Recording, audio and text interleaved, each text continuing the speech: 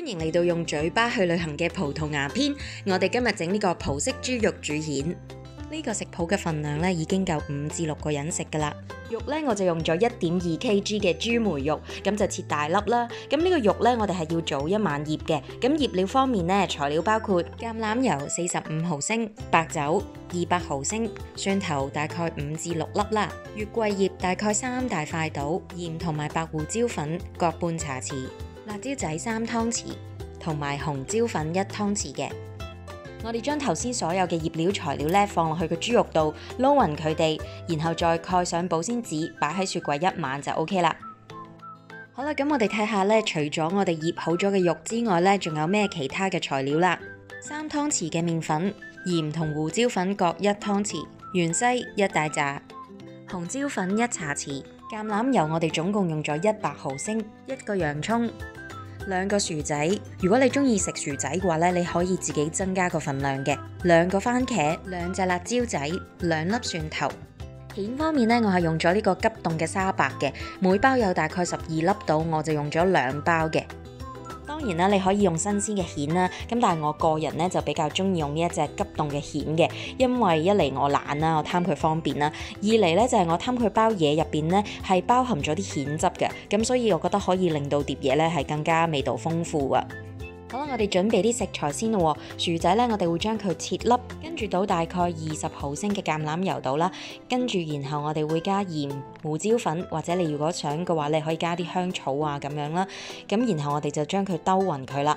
我就視呢啲薯仔咧作裝飾為主嘅啫，擺喺個底度好靚咁樣樣啊。咁所以如果你係想再飽肚啲嘅話咧，你可以自己增加呢個薯仔嘅份量啦。洋葱咧，我哋切粒嘅，番茄都係粗略咁切件啦。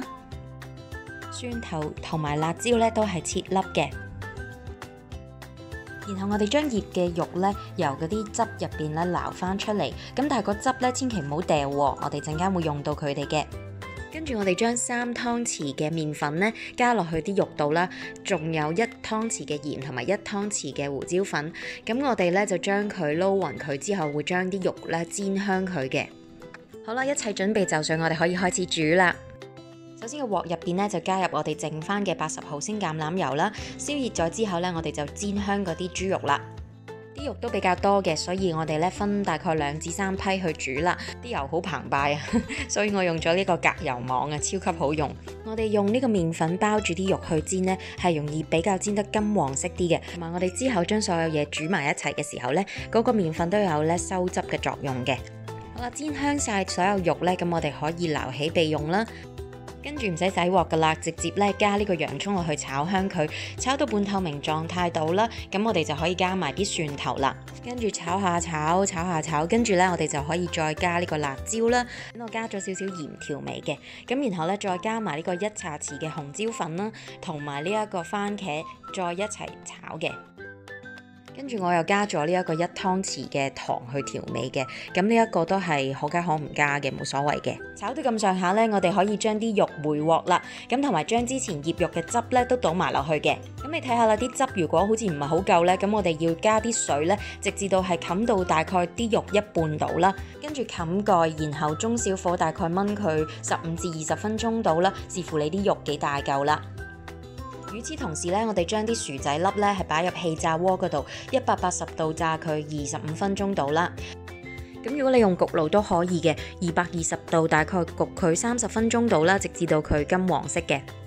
好啦，15分鐘之後咧，咁我哋就可以加呢一個蜆肉落去咯噃。咁你見到咧呢個蜆咧其實都半熟嘅狀態嘅，有啲開埋添。咁所以唔使煮好耐嘅，大概煮多5至10分鐘到啦，等嗰啲汁咧溶咗咧，咁就 OK 啦。